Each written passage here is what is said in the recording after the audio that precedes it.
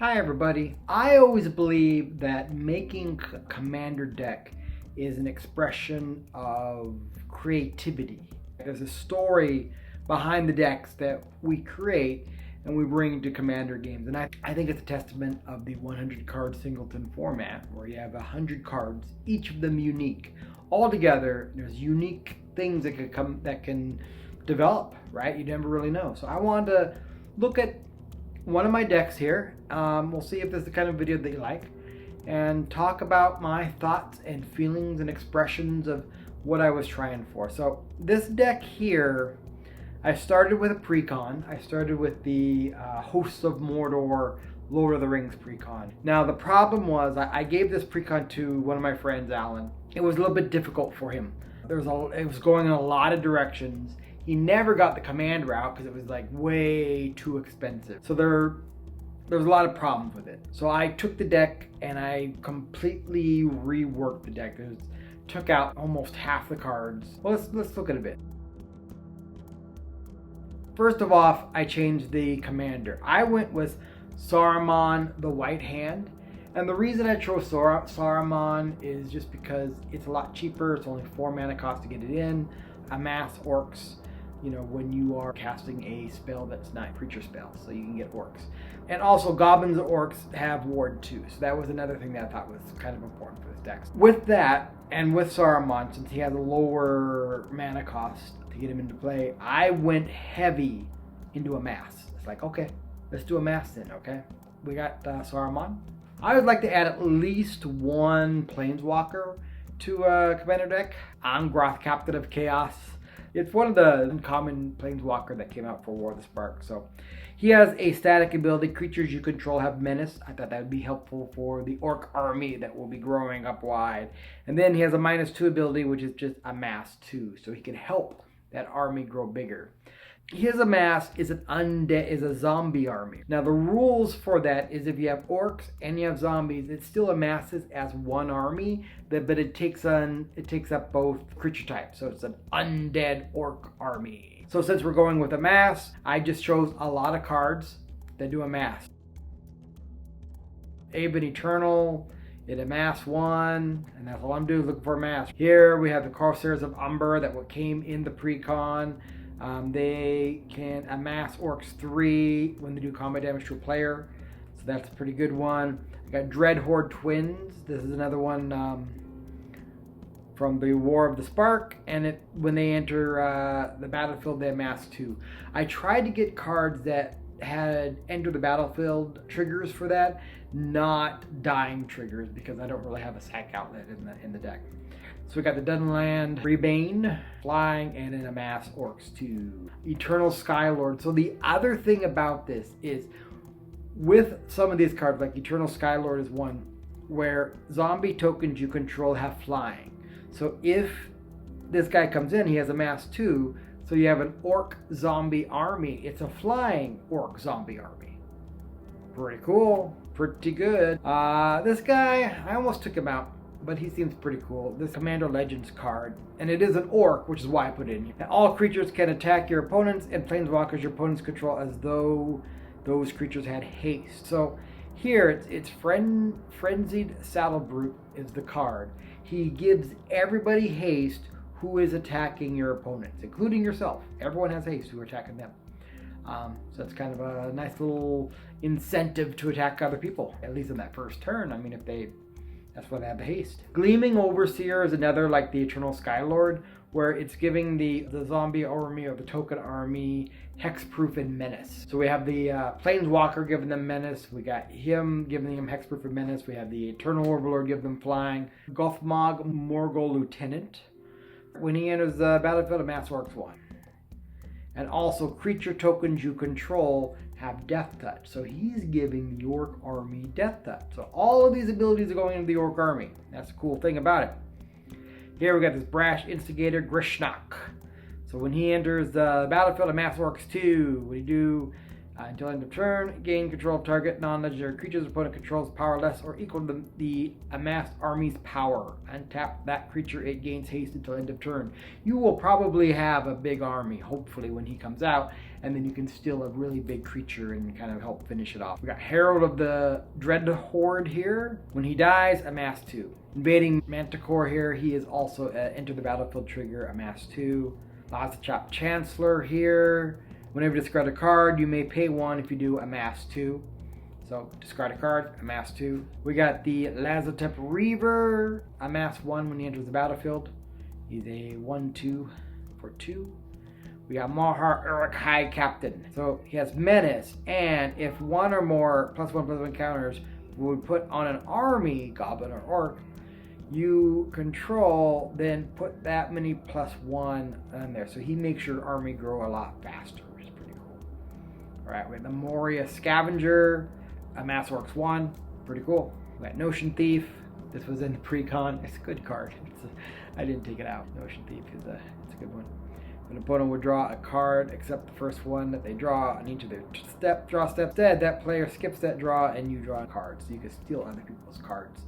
Orcus Siege Master, this is a really good one. This one here, goblins, orcs and goblins you control have trample. So your army is going to have trample, right? Whenever Orcus Siege attacks, you get plus there, but trample. See, it's pretty cool. Then we have Saruman the White, another version of Saruman here. Whenever you cast your second spell each turn, you amass orcs 2, so you're amassing more orcs. This works well with the commander who amasses orcs when you cast a non-creature spell, and then if they cast more spells, more orcs, all these orcs coming in. And then we have Sauron the Dark Lord. This here is again the same kind of idea here. As ward, you have to sacrifice a legendary creature, and whenever an opponent casts a spell, amass orcs 1. So when your opponents are casting, so when you're casting your spells, you're amassing orcs because of Saruman. But then when your opponents are casting spells, you're also amassing orcs. So the orc army is just growing and growing and growing and growing, right? And then also, whenever an army you control deals combat damage to a player, the ring tempts you. We got the Mouth of Sauron, more amassing orcs. We got Vizier of the Scorpion. Again, this is a mass. He enters the battlefield, you mass 1. Undead orcs. Woohoo! Warg Rider. This guy is pretty cool. The Warg Rider has Menace, and other orcs and goblins you control have Menace, right? So he has Menace. We have like 3 things that will give our orc army Menace in this deck. Get in combat on your turn, amass orcs 2. So at the beginning of combat, orcs, your army's getting bigger. There's a few changes in the artifacts. We still got the Arcane Signet. We still have the Commander Sphere. It's all the same.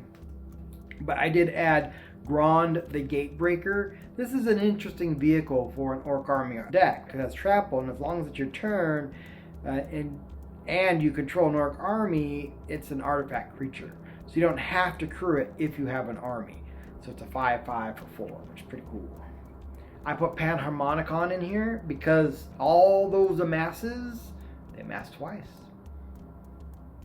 It makes sense to me. Because this here, if an artifact or creature entering the battlefield causes a triggered ability of a permanent you control to trigger, that ability triggers an additional time. So you don't get 1 amass 2, you get 2 amass 2, and then the army grows so big so fast. We have the Relic of Sauron, a mana rock that came with this deck. We got the Soul Ring, which I think everyone knows. War and Power Stone's pretty popular too. So we're into instants now. Arcane Denial, we have to have answers. We have Commence the End Game. Commence the End Game. So this spell can't be countered. Draw 2 cards, then amass X, where X is the number of cards in your hand. So it's card draw, and then amassing more orcs or undead. We got Crush Descent. Unless it's controlled pays 2, and you amass 2. So you're getting more undead orcs. We got Deceive the Messenger. Target creature gets -3/-0 at the end of turn. Amass orcs 1. And then we got Lazotep Plating. Again, amass 1. You and permanents you control gain hexproof until end of turn. Orcish Medicine. Target creature gains your choice of lifelink or indestructible until the end of turn, and you amass orcs 1. Always choose your orc army as a creature. It's 1 creature. Saruman's Trickery here. This is also counter target spell, and you amass orcs 1. Thrill Possibility. This did come in the Precon. As additional cost to cast a spell, discard a card, you get draw 2 cards. Assault on Osgiliath. Amass Orcs X, but then goblins and orcs you control have double strike and haste until end of turn. So this here could be a good finisher. Haste, double strike. Blasphemous Act, 13 damage. Depending on how many creatures on the field, that's how much it costs. It's a pretty good card. Bleeding Edge, up to one target creature gets -2/-2 until end of turn and then mass 2. So again, your orc army is getting bigger and bigger. Callous Dismissal is also growing that army. Turn target non-land permanent to its owner's hand and then amass 1. We got Decree of Pain. This again came in the Precon. Destroy all creatures, can't be regenerated. Draw a card for each creature destroyed this way. Good card draw. Enter the God Eternal. Let's see, it deals 4 damage to target creature and you gain life equal to the damage dealt this way. Target player puts the top 4 cards of their library into their graveyard and you amass 4. Faithless Looting came in the Precon. It's not a bad card. Draw 2 cards, discard 2 cards, and you got flashback ability on it. Feed the Swarm, it's removal, black removal. We got Foray of Orcs here, more orcs, right? Amass Orcs 2, when you do, it deals X damage. X is the mass army's power. Hopefully your army is powerful enough that it's going to do big damage to somebody. Honor of the God Pharaohs, additional cost to cast a spell, discard a card, draw 2 cards, amass 1. Invade the city. Mass X, where X is the number of instant and sorcery cards in your graveyard. A lot of these instant sorcery cards right there. A lot of them. We got Mordor Muster. Mordor Muster, you draw a card and you lose 1 life. You amass Orcs 1. Reanimate, bringing things back to life. Relentless Advance, amass 3. It's just masses 3. Your orc army gets bigger and bigger and bigger. We got Summon of Saruman. This here, amass Orcs X, email X card. You may cast an instant or sorcery spell, mana value of X or less from among them without paying its mana cost. Surrounded by orcs. Ooh, more orcs, huh? How about that? Yep. And they mill X cards where that's the orcs army's power, which is hopefully pretty big. We got Toll of the Invasion. That's a fun one. Target opponent reveals their hand. You choose an non-land card from it. That player discards that card and you amass 1.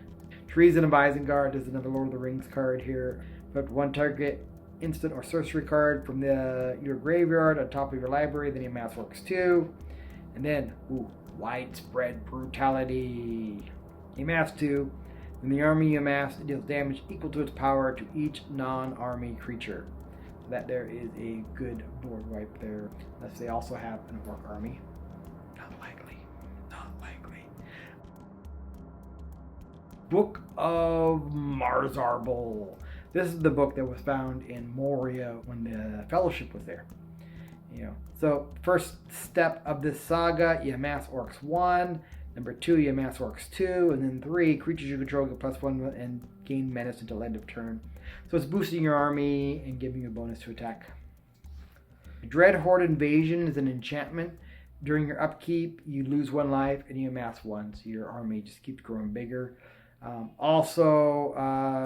If they get power 6 or greater, gains a life link until end of turn. So again, you're boosting that army, giving them more abilities. Fall of Kair Andros. Whenever a creature an opponent controls is dealt excess non-combat damage, you amass Orcs X, where the X, ignore the 7 damage. You're not gonna do that. But so non-combat damage. So you're doing if anyone is doing non-combat damage and there's any leftover damage, then your orcs are growing bigger from that damage.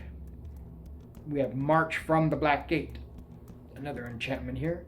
When March from the Black Gate enters the battlefield, and whenever an army you control attacks, you amass Orcs 1, amass some more orcs.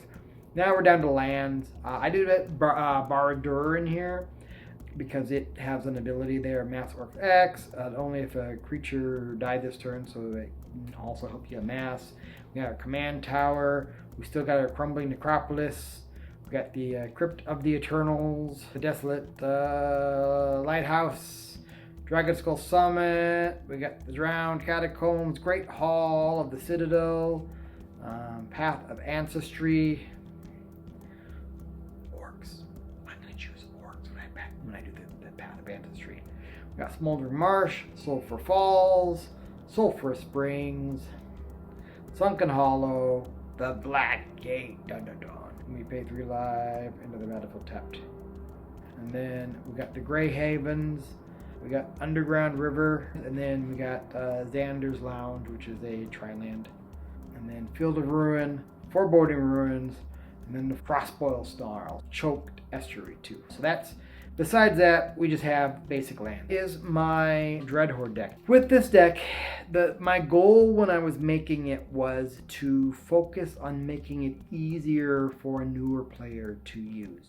It doesn't have a lot of stealing things and needing to know other people's decks that were in the actual precon. It's focusing on one of the abilities of that precon and just doing it as much as I can, getting all the synergy cards in it. So far, it's been a fun deck. I kind of like playing it. I'm gonna test it out some more, try it out, but I think it's a lot of fun. I do call this deck the Dread Hordes of Mordor instead of the Hosts of Mordor. So that's a new name for it.